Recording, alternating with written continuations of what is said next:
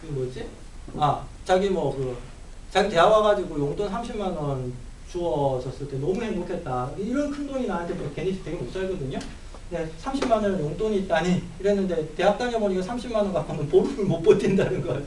얘가 20만 원 받았나? 그런데 보름을 못 버텨가지고 그 안성탕면 사가지고 이제 반 쪼개가지고 아침에 하나 저녁에 하나 이렇게 먹으면서 학교를 다녔어요. 근데 걔가 얼마 전에 우리는 보통 어떻게 생각하냐면 그렇게 그 먹고 자랐으면 이제 그 다음에 이제 아르바이트하고 이래가 돈 벌면 다 그 알토랑 같이 모아야 된다고 생각하잖아요. 근데 걔는 또 그렇게 막 노하다 뛰고 그래가지고 이 그 아르바이트 돈 모아가지고 신나게 중국 여행 갔다 왔어요. 그랬더니 이제 많은 사람들이 또 그걸 가지고 이렇게 소비지향적이고 돈도 모을 줄 모르고 내일을 생각하지 않고 어쩌고저쩌고 막 이제 얘기를 하는 거죠. 근데 걔도 이제 되게 뻔뻔한 애라 가지고 내가 좋아하는 건데 니들이 뭔 말이냐. 저는 그런 뻔뻔함을 되게 좋아해요. 우리는 뻔뻔해야 된다고 생각을 하니까 아까 말씀을 데모하다가 쫓겨왔을 때조차 저는 이제 우리 뻔뻔해야 된다고 생각해요. 이렇게 뻔뻔함이라고 하는 걸로 좀 약간 좀 나를 위로하면서 우리 사회를 폭로해내는 거 저는 그게 우리한테 더 필요한 작업인 것 같아요. 많은 경우에 지금 사회과학 책들 소위 얘기한 진보적인 사람들이 쓰는 책들 있잖아요. 그 글들을 보면 저는 이런 표현 써도 약간 좀 용서해 주시기를 바라요. 대단히 부르주아적 취향 속에서 쓰여진 책이라는 생각을 하거든요. 왜냐하면은 그런 글들을 제가 너무 재밌는 걸 하나 말씀드리면 이 책, 제 책 있잖아요. 제 책을 읽고 사람들이 보인 반응 중에서 제일 싫어하는 사람들이 뿌띠부르주아들이 제일 싫어하거든요. 이 책을.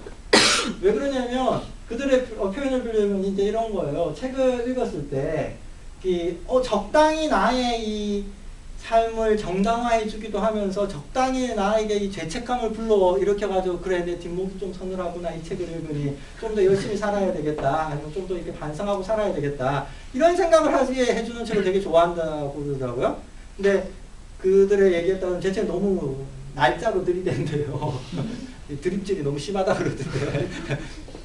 이제 그렇게 되니까 이 사람들이 볼 때는 이게 별로인 거죠. 음악으로 따지면 뭐랑 비슷하다고 생각하시면 되냐면요.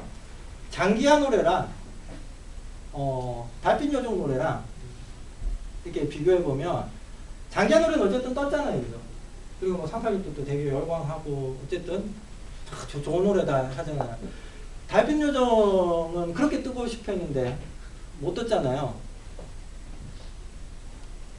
근데 가사 내용이나 이런 부분 비슷비슷하잖아요. 그죠? 이게 싸구려 커피랑 스키다시 인생이랑 이거 두 개 비교해보면 그리고 이제 졸업 브로콜리 그 졸업도 그렇고 이거 보면 약간 좀 비슷비슷한 데가 있죠, 그죠? 다 이제 찌질하고 교사들도 살고 사는 게 다 그런 거고 이제 이런 내용이란 말이에요. 근데 왜 장기하는 떴는데 이건 질문. 장기하는 떴는데 달빛 요정을 못 떴을까요? 왜 그랬을까? 장기하가 가진 학벌? 네, 학벌. 그런 것도 있는 것 같아요. 또 장기하 또 잘생겼잖아요. 키도 크고. 그것도 되게 크게 작용했대요. 음반 이렇게 하는 친구들 얘기 들어보면. 또 가사로만 본다. 가사나 음악 있잖아요. 음악으로만 본다. 되게 쿨한 척하는 게 있는 것 같아요. 장기하 그 노래는요. 네. 근데 달빛 요정은 음악 자체가 장기하 이제 싸구려 커피 같은 경우에는 굉장히 루저의 삶을 말하지만 사실은 서울대 다니는 학생이라는 걸 모두 다 알고 있잖아요. 그걸 내포하고 있잖아요. 서울대 학생이라는 걸 내포하면서 그런 가사를 내렸잖아요. 그러니까 이런 것들이 어떤 낭만적으로 느껴지는 거죠. 제가 공연을 갔었는데 진짜 넥타이 맨 사람 너무 많아요. 장기하 공연에. 근데 반면에 이제 그 달빛 요정 완료운동 같은 경우는 진짜 그렇게 사는 사람이거든요. 실제로 그 밑바닥 인생을 사는 사람이고 다른 관심도 없으시지만 그러다 보니까 이제 그걸 들었을 때 되게 불안하고 마음이 불안하고 나도 저렇게 되면 안 되는데 이런 생각이 들어요. 불안만 일깨워준다. 네, 지금 말씀하신 거랑 제가 거의 비슷한 생각을 하고 있는데요. 저는 이제 음악을 잘 안 듣다가지고 좀 조용한 걸 훨씬 좋아해요. 그래가지고 이제 집에 있을 때도 거의 음악 안 듣고 있는데 그 달빛 요정 그 얘기 듣고 이제 덕성여대 강의하러 가면서 이제 또 막 다운받아가지고 이제 막 들으면서 갔어요. 그 사람 노래 이렇게 거의 나오는 반 있잖아요. 다 듣고 이제 덕성여대에 도착할 때쯤 대충 다 들었는데 제가 이제 이어폰을 하면서 한숨 쉬면서 이러니 안 떴지 이러니 안 떴어 이러면서 수업을 하러 들어갔어요. 그래서 학생들하고 그 얘기를 한참 했는데 가장 큰 차이가 아까 그 장기하한테 그 넥타이 매는 사람들이 되게 많다고 얘기하는 거에서도 볼 수 있지. 이게 되게 재밌잖아요. 그 잉여 루저에 대한 이야기인데 거기 그 콘서트 하는 데는 잉여나 루저, 진짜 잉여나 진짜 루저가 가가지고 앉아있으면 진짜 뻘쭘한 그런 콘서트 장이거든요. 근데 그 차이가 어디에서 오는 건지 제가 봤었을 때는 장기하 노래의 기본적인 태도는 관조하고 있거든요. 이게 가난 아니면 비참한 뭐 잉여 이런 것들도 약간 이게 거리를 띄워가지고 이게 관조하는 태도예요. 그렇기 때문에 관조하는 태도에서 가장 중요한 게 무심함이거든요. 약간 이게 내 삶인데도 약간 무심하게 얘기를 해야 그게 뭐 더더구나 자기 같은 자기 삶도 아니 이런 거다 보니까 이 무심함을 가지고 관조하는 태도 이게 가장 철학적인 태도예요.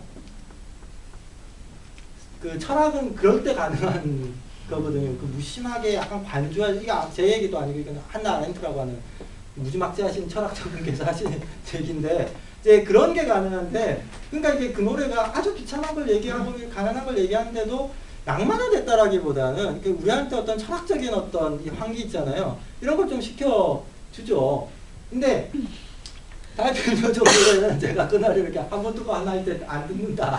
그래가지고 한 번 듣고 이제 안 듣고 있는 중이에요. 근데 왜 안 듣고 있냐면은 탈빈요정 노래는 그 가사나 음이나 보면은 막 그 비참한 걸 얘기하면서 내 언젠가는 이걸 극복하리라.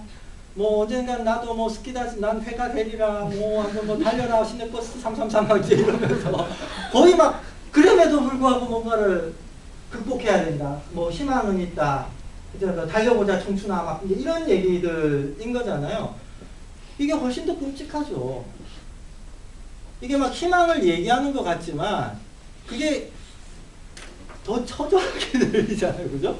그러니까 아까 말씀하신 것처럼 노래를 들으면서도 느끼는 게 훨씬 더 끈적끈적하게 몸에 달라붙는 거죠. 약간 하나도 안 철학적이에요. 우리로 하여금 이게 관조하고 뭔가를 이렇게 승화시키는 것 있잖아요. 이런 게 누가 이 험한 세상에서 그런 노래를 듣고 싶어 하겠어요. 제가 올해 40인데 저는 나이 그러니까 35이 저보다 나이 많으신 분들 중에 35이 넘어가면서 영화도 코미디 영화가 아니면 절대 안 본다고 결심을 해. 사는 것도 괴로워 죽겠는데 내가 영화까지 보면 괴로워해야 되냐. 그래서 저는 실제로 개콘 말고는 안 봐요. 정말로. 사는 게 너무 힘들고 너무 괴로워가지고 아니 내가 저 TV 보는 순간조차도 내가 이거 괴로워야 되냐. 그리고 저는 드라마도 막 이 갈등의 클라이막스로 달릴 때 있잖아요. 그때는 안 봐요. 다 지나고 난 다음에 이렇게 막 아주 좋고 그래서 저 인생은 아름다워도 끝에만 봤어요. 중간에 막 갈등 막 저기서 막 가서 넘어가고 그러는데 어쨌든 그러니까 저는 오히려 지금 우리가 문화 산업 문화 정치 뭐 제가 이제 책 쓰는 건 문화 정치잖아요 일종의. 그리고 이제 청년 유니온도 이제 뭐 문화와 관련된 어떤 이러저러한 일들을 많이 하는 강연회를 열어가지고 뭐 사람들이 오게 와서 이러저런 얘기를 듣고 하는 이 문화와 관련된 일을 할 때 가장 조심해야 되는 게 바로 이 부분인 것 같아요. 누구의 취향을 우리가 만족시켜주면서 갈 거냐. 오히려 지금 이러한 이야기들을 들으면서 이 취향이라고 하는 것으로 갈 때 훨씬 더 만족하고 그리고 뭐 뒷목이 서늘하다고 표현하고 그러면서 자기 삶을 돌아보고 어쩌고저쩌고 하는 거 이런 것들이 대부분 제가 볼 때는 대단히 부르주아적 취향인데 우리가 그걸 막 만족시켜주면서 갈 거냐 했을 때 저는 별로 제가 그럴 생각이 없고 그리고 제 학생들하고 같이 작업을 하면서 그런 걸 할 생각 그렇게 하고 싶지는 않아요. 그리고 지금 또 안 그러고 앞으로도 좀 안 그럴 생각이고요.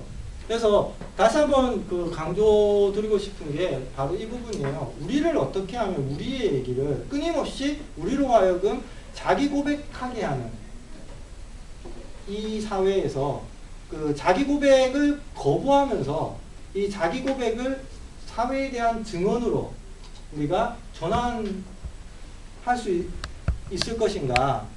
그 어떻게 이 지배의 테크놀로지라고 제가 부르는 그거를 비틀 것인가 있잖아요. 고백에서 증언이라고 하는 것으로 저는 그게 청년 유니온의 작업도 그렇고 저가 하는 작업도 그렇고 같이 중점적으로 좀 생각을 해봐야 되는 이제 부분이 아닌가 이런 생각을 하고 있어요.